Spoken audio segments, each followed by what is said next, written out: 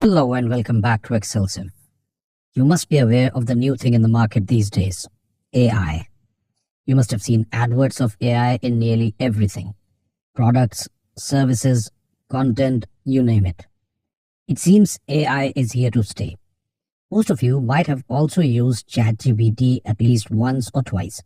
At least my friends who range from content writers to programmers don't only use it nearly every day, but they swear by the effectiveness of ChatGPT and similar models. Microsoft had recently announced AI in Office products as well, but as far as I know, it's only available with Microsoft 365 and that too the Enterprise Edition. So most of us are missing out on that.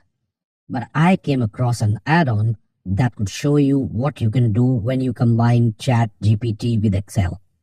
Supercharge your Excel game is what you can do. So, since this is an add-on, we have to install it in Excel. Open up a new file. Under Home tab, go to Add-ons. If you don't find it there, go to More Add-ons. Wait for it to load and in the search box here, type ChatGPT. And we are interested in this one, ChatGPT for Excel. Developer's name is Apps Do Wonders. At this point, let me clarify, they have not sponsored this video in any way and I'm not affiliated with them in any manner or form. Now that we've got that out of the way, let's click on Add here. We get to this window, I'm clicking on Continue, give it a moment to install, and here we have it ready to go. As you can see, this one is a free trial and it gives me 50 AI calls, which I'm guessing are like 50 questions or prompts I can trouble ChatGPT with. So let's begin. This add-on acts as a function, meaning you can use it in formulas. All you have to do is, just like you write any other formula, is equal to, and then type AI. And you will see all these options to choose from. We'll quickly check the easy ones first. This one is just like giving a prompt to ChatGPT and expecting a result. Only difference is you can do that in Excel. Like you ask in ChatGPT, what is the capital of the UK? And it'll give you a response, London. But that's pretty simple and objective. Let's try it with something a little more descriptive. I have a task here, to write an application to my manager for 2 weeks leave. But I've thrown in an already applied bit in there too, to make it a bit more interesting. Let's write our formula here, ai.ask. And for prompt, let's select this cell.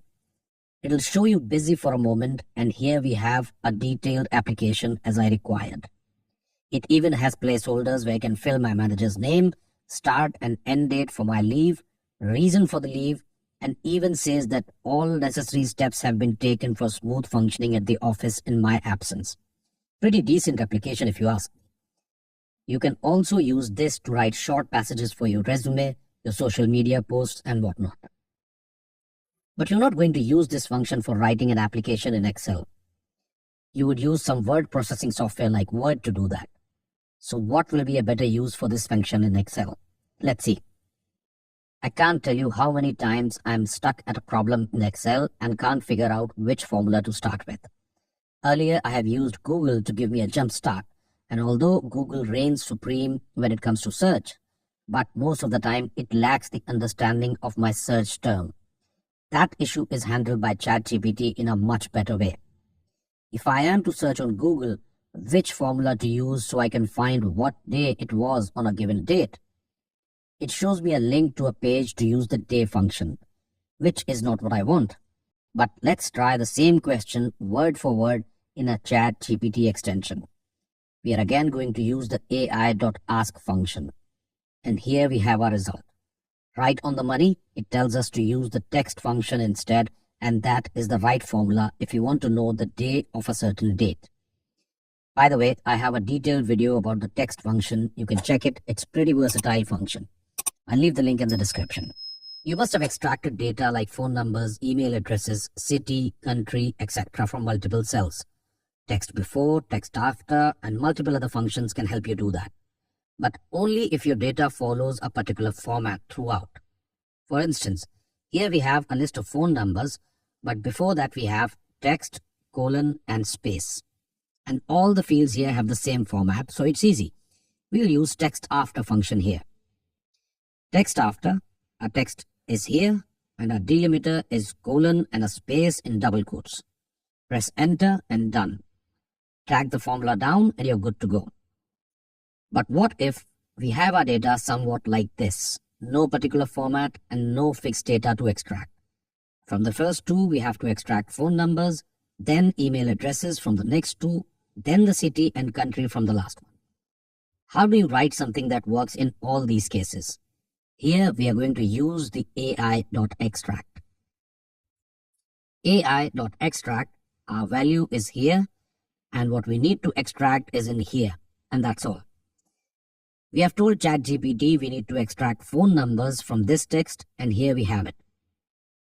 Now let's copy this formula down and see if it works for email addresses and city etc. as well.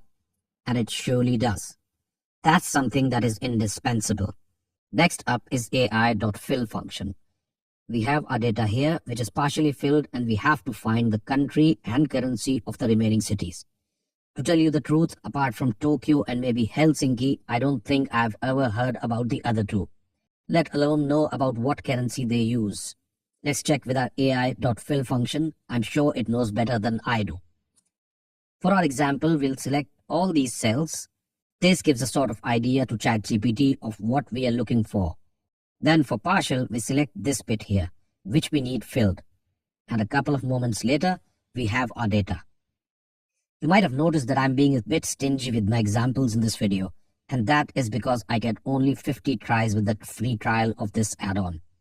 I've used some in preparation for this video and had to save some for the actual recording.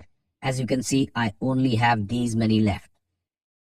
This one can be a lifesaver if you have the same word or sentence to translate in many languages, or even if you have a list of words and all of them have to be translated to different languages. Either ways, this formula can save you a lot of time. In our example here, I have a simple sentence here in English, of course, and I have a drop down here which has Spanish, French, and German as the languages. The idea is to change this English sentence into these languages. You can have the same thing copied and mention one language each, it will work the same. So let's start with our formula. We start with AI, then choose translate. And for value, we choose our English sentence, and for language, we select a drop down. And lo and behold, here we have our sentence translated.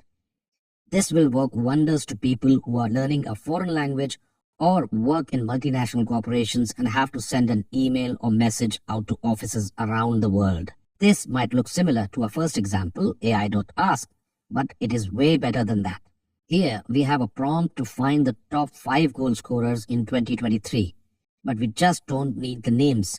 We need their goals and the players' respective countries, and we want them in this table here. Let's try this here. Our prompt is this, our header are these 3 up here, and done. Here we have our data neatly provided in a table. Again, this is a small example, but if you have some project where you need data like countries, population, currency, region, and whatnot, this can be of great help. Just mention the prompt up top and headers as you would like your data to be, and job done. Well, I think I've covered the most important functions related to Excel in this video, but you can try on your own to find scenarios that fit your specific need in your work or personal project. I am pretty sure soon we will have AI capabilities built into Excel. As I said, it has already started, but at a premium. And once it's available for everyone to use, that's when we see people using it to do wonders. That's it for this video. I hope I was able to show you something of interest. Before you go, like, share, and subscribe. I'll see you in the next one. Until then, happy spreadsheeting.